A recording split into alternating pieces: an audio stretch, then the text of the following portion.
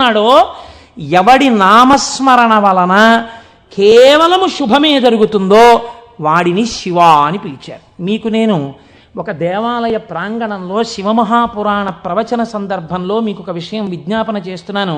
ఇది పరమసత్యం, అబద్ధాలు చెప్పుకోవలసిన దౌర్భాగ్యం నాకు లేదు. బహుశా మా దొరగారికి ఒక్కరికి తెలిసేమో, ఆయన నాకు పేరు జ్ఞాపకంలో లేదు.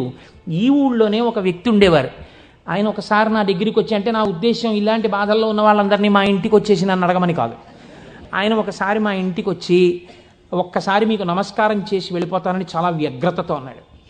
అంటే నేను ఆఫీస్కి వెళ్ళిపోతున్నానండి, టైం అయిపోతుంది, ఇప్పుడు నమస్కారం పెట్టి మాట్లాడడం ఎందుకు? అక్కర్లేదు, నేనేం మాట్లాడను, ఒకసారి నమస్కారం చేసి వెళ్ళిపోతానని. సరే చెయ్యండి, కానీ అది మీరు నమస్కారం చేస్తానన్నట్టు లేదు, ఒక్కసారి మిమ్మల్ని కొడతానన్నట్టుంది. ఎందుకంత భావన వ్యగ్రత అన్న అంటే, ఇవాళే నా జీవితానికి చిట్ట చివరి రోజు, నేను ఆత్మహత్య చేసుకోబోతున్నాను. నా మనస్సులో ఎప్పుడైనా శాంతి కలిగితే మీ ఉపన్యాసాల్లోనే కలిగేది. అందుకని మీకు ఒక్కసారి నమస్కారం చేసి ఆత్మహత్య చేసుకుందామని వచ్చాను. మీకు ఒక్కరికే చెప్తున్నాను, మీరు ఎవరికీ చెప్పకండి, సాయంకాలానికి నేను ఉండను అన్నది. నేను హడిలిపోయిన, ఇది నాకు చెప్పాడు బాబని, అది నేను తర్వాత ఎడతాను ఆఫీస్కి, అవసరమైతే హాఫ్ డే సీఎల్ ఎడతాను, కూర్చోండి అని కూర్చోబెట్టాను. అంటే బాబా ఇలా మా ఇంటికి వచ్చేయమని ఆలోచమండి. కాబట్టి కూర్చుంటే ఏమి మీకు ఎందుకు కలిగింది బాధ? ఆయన ఏదో పాపం చాలా చెప్పుకొచ్చాడు ఏడుస్తూ. నేనన్నా సరే ఒక పని చేయండి, ఆఖరి ప్రయత్నం ఒకటి చేయండి. మీరు దీక్షగా 42 రోజులు శివాలయానికి ఎవ్వరికీ చెప్పద్దు. ప్రదోష వేళలో వెళ్ళి శివ ప్రదక్షిణం చేసి మీరు ఏమీ చెప్పకండి. మీరు చెప్పగలిగినంతసేపు శివాలయం అరుగు మీద కూర్చుని శివ శివ శివ శివ శివ శివ ఇదొకటే. ఒక 42 రోజులు ఈ దరిద్రాన్ని, మీ కష్టాలని అనుభవించి చూడండి అన్నాను. మీరు నమ్ముతారా?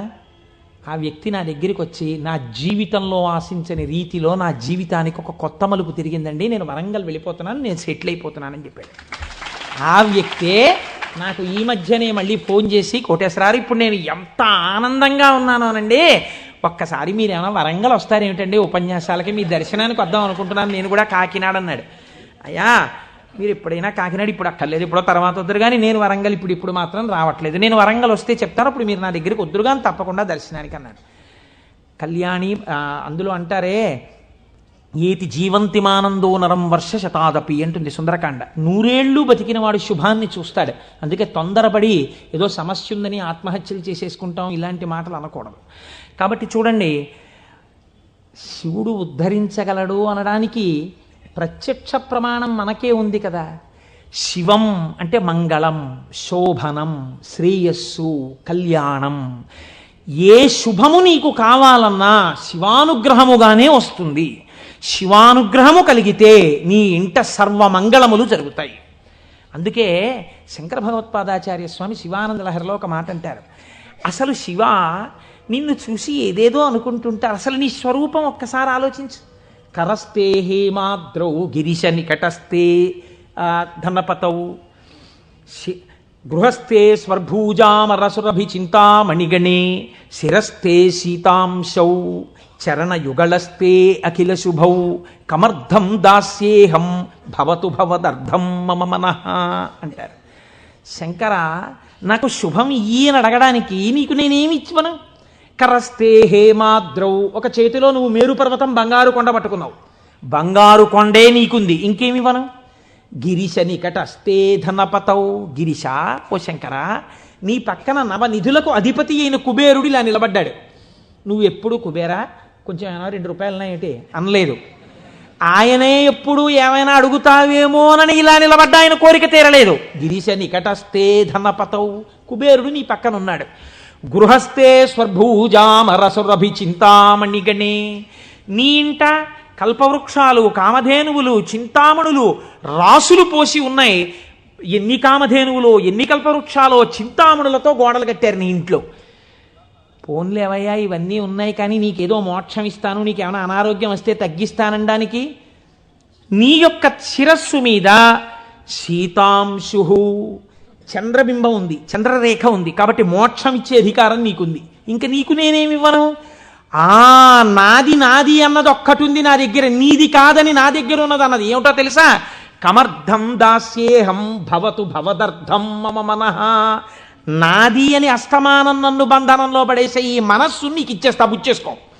ఏదో రకంగా ఆయన పాదాల దగ్గర చేరడానికి శంకరాచార్యులు వారు మన కోసం చేసినటువంటి శ్లోకం కమర్థం దాస్యేహం భవతు భవదర్థం మమ మనః మమ అన్న చోట నేను అన్న శబ్దం శంకరాచార్యుల వారి కోసం అండి, ఆయన అపరశంకరుడు మన కోసం. ఇది జగద్గురువుల యొక్క కారుణ్యం. కనుక అటువంటి శంకరుడికి మీరేమి ఇవ్వాలి? మీరేమి ఇవ్వక్కర్లేదు. కానీ మీరు ఇలా నమస్కరిస్తే చాలు, ఒక్కసారి శివ అంటే చాలు, ఆయన పొంగిపోతాడు. అందుకు కదా మనం ప్రదోష వేళలో ఉపన్యాసం మొదలుపెట్టే ముందు శివాష్టోత్తర శతనామ స్తోత్రాన్ని ఒక్కసారి అనుసంధానం చెయ్యాలి అని మనం అనుకుంటున్నాం. మీరు చూడండి, నేను ఇక్కడ మీకు ఒక గంభీరమైనటువంటి విషయాన్ని వాళ్ళ ప్రస్తావన చెయ్యాలి అని అనుకుంటున్నాను. ఆనందం వస్తే కళ్ళజోడు తీసేస్తుండడం, మళ్ళీ పెట్టుకు చూసుకుంటూ ఉండడం. బాగుందండి మీరు చెప్పింది, శంకరుడు అంతటి గొప్పవాడే, ఇంతవరకు బాగుంది. కానీ ఇలా ఆయన ఎప్పుడూ మా కంటితో మేము చూడని రూపంలో ఉండడమేనా, లేకపోతే మాకు ఇంతకన్నా ఏమైనా గొప్ప ఉపకారం చేశారా? కళ్యాణం, భద్రం, శ్రేయం, శోభనం, శుభం, వీటన్నింటికీ అర్థం కేవలం శుభాలు చేసుకోవడం, పెళ్ళిళ్ళు చేసుకోవడం, బూరులు తింటూ ఉండడం, గారులు తింటూ ఉండడం, ఇవేనా? ఇంకేమైనా చెప్పారా శంకరుడు? ఇవే నా అర్థం, నేను ఇవే మీకు చేసి పెడుతుంటానని ఏమైనా అన్నారా? దీన్ని మీరు చాలా జాగ్రత్తగా గంభీరంగా పట్టుకోవాలి. మీరు ఇది పట్టుకునే ప్రయత్నం చేస్తే శివపురాణం విషయంలో మీకు ఒక గొప్ప అవగాహన ఏర్పడిపోతుంది. కాబట్టి చెవులు రిక్కించి చాలా జాగ్రత్తగా వినే ప్రయత్నం చేయండి. కదిలినటువంటి శివుని యొక్క స్వరూపాన్నే నటరాజమూర్తి అని పిలుస్తాం. ఎదర వ్యాఖ్యానం శివపురాణంలో వస్తుంది, అప్పుడు నేను నటరాజ తత్వం గురించి, చిదంబరం గురించి చెప్తాను. అప్పుడు విందురు. కానీ ఇప్పటికొకటి తెలుసుకోండి, తనలో తాను రమించిపోతున్నటువంటి శివుడు అలలు లేని సరస్సు. కాబట్టి తనలో తాను రమిస్తుంటాడు, కదలిక ఉండదు. ఇప్పుడు అదే శివుడు సృష్టికర్త, స్థితికర్త, ప్రళయకర్తగా ఉన్నాడు అనుకోండి, కదులుతూ ఉంటాడు. ఈ కదిలినప్పుడు నటరాజు నాట్యం చేస్తుంటాడు. నటరాజు సృష్టి స్థితి ప్రళయకర్త అయి నటిస్తున్నప్పుడు పక్కన దగ్గరగా ఎవరైనా నిలబడతారా? నిలబడి అలా చూస్తూ సంతోషపడిపోయే వాళ్ళు ఎవరైనా ఉన్నారా నటరాజుని? శ్రీ మహావిష్ణువు అంతటి వారు అసుర సంధ్య వేళలో మధ్యలో వాయిస్తూ ఉంటారు, శంకరుడు నాట్యం చేస్తుంటే.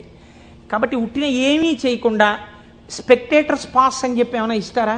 రేపాక సుబ్బారావు సూర్యకళా మందిరానికి ఇచ్చినట్టు ఇస్తే వెళ్ళి కూర్చున్న పాస్ పట్టుకుని మొదటి వరుసలో చాలా దగ్గరగా ఉట్టిన ఏ సహాయం చేయకుండా ఇలా చేతులు కట్టుకుని అబ్బా చాలా బాగా చేస్తున్నారండి అని ఇలా సంతోషంగా చూసేవాళ్ళు కూడా ఎవరైనా ఉంటారా సభలో?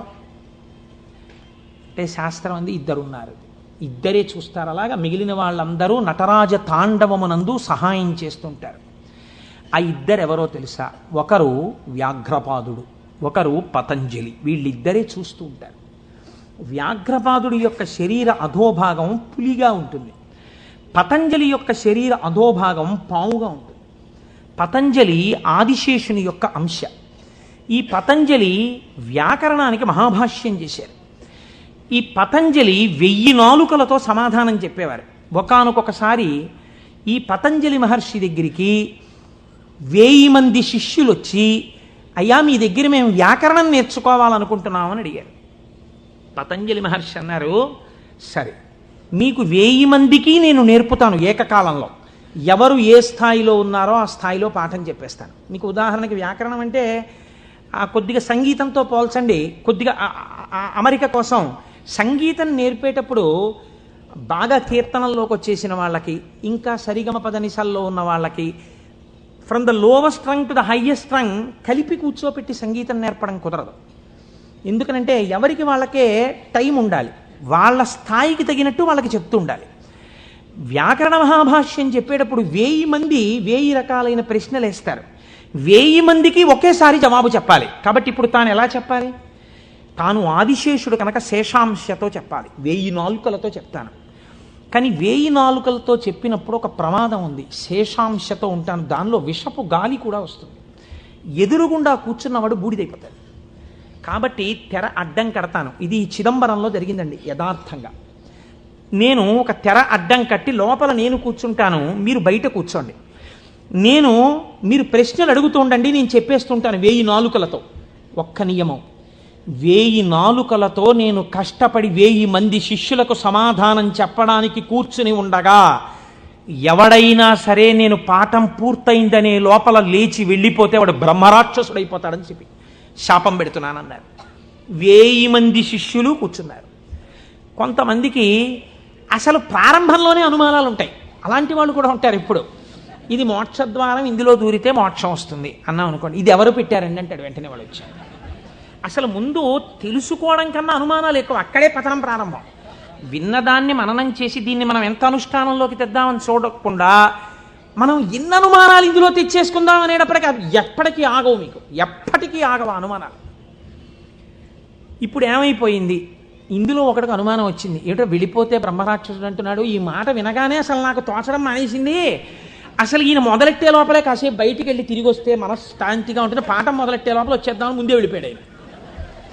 పాఠం మొదలెట్టేటప్పటికి వద్దాం కాస్త మనశ్శాంతి వస్తుంది. లేకపోతే ఈయన ఏమిటో లోపల నేను 1000 నాలుకలు అంటున్నాడు, తెరత్తకూడదు అంటున్నాడు.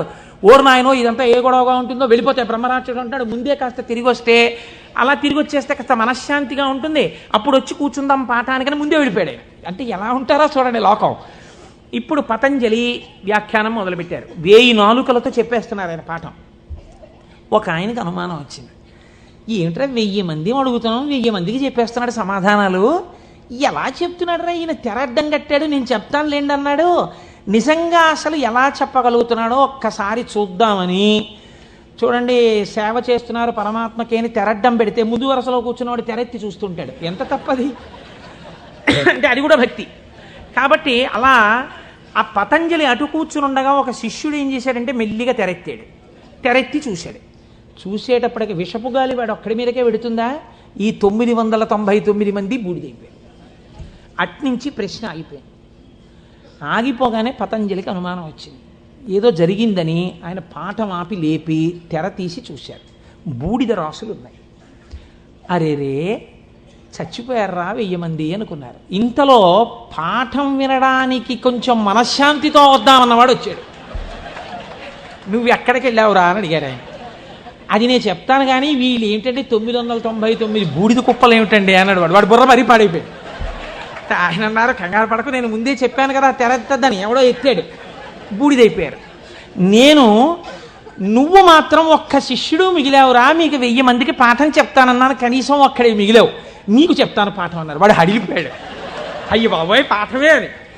ఇప్పుడు పతంజలి అన్నారు, నీకేం చెప్పను, కంగారు పడకు, నీకు నేను అనుగ్రహించేస్తున్నాను. నీకు వ్యాకరణం అంతా భాషించేసింది, నీకు వచ్చేసింది వ్యాకరణ